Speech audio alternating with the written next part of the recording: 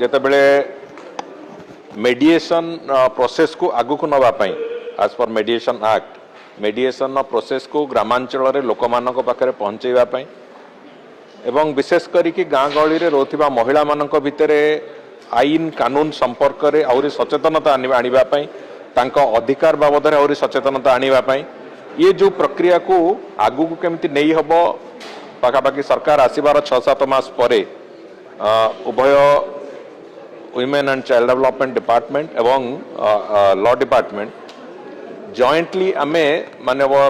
उपमुख्यमंत्री उपस्थिति रे से बाबद रे गोटे विशद आलोचना होता से बेले कथा आसला जे आगामी दिन रे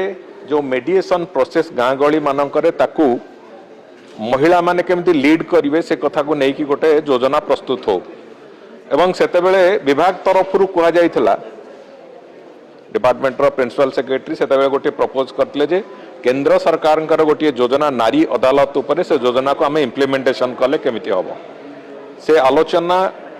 आगु को नहीं आज विभाग तरफ मोर भी गोटे जोटा बहुत दिन धरिकी मोर मनरे आशा थिला जे जेमिति ऑल वुमेन कोर्ट जोटा मु आगुरु भी कही गणमाध्यम आगे जे आम ओडिशा रे ऑल वुमेन कोर्ट जो थे कि जुडिशियल अफिसर आरंभ करिकी सेठी क्लरिकल स्टाफ पर्यंत प्रोसिक्यूटिंग अफिसर पर्यंत समस्ते महिला थी कि महिला जो महिलांकर संपर्कित केस गुड़िक से विचार हो बोली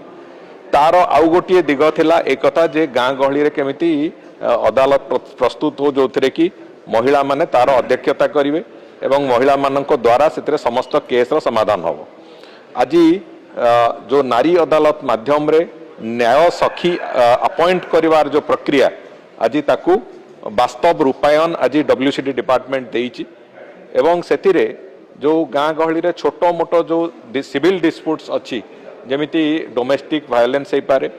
डाउरी रिलेटेड इश्यूज हो पारे एक्स्ट्रा मैरिटल अफेयर्स हो पारे गाँ गहली रे साधारण भाव में परिवार भितरे गाँ भितरे जो समस्या गुड़िक गोटे दैनंदिन आसे एवं जो घटना भिड़ी टाणी होगी थाना को भी जाए कोर्ट को जाए सब कथा जाए से थाना आउ कोर्ट को भाराक्रांत न करिकी जदि नारी अदालत से गुड़िकर समाधान करई दे पारिबो से दृष्टिकोण को आखि आगे रखिकी एक कथा को आज 10टी जिल्ला रे 10टी नारी अदालत आज प्रतिष्ठा गोटे पायलट बेसिस से आरंभ करिसेंती एवं मु आशा करी निश्चित भाव में आगामी दिन में राज्य सारा एक कथा को आमे तार प्रणयन करवा आरंभ करवा एवं जहा फल ओडिशा रे अंततः लीगल सिस्टम दृष्टि एवं मेडिएशन दृष्टि ओडिशा रे एक सुवर्ण युग आरंभ हबो ए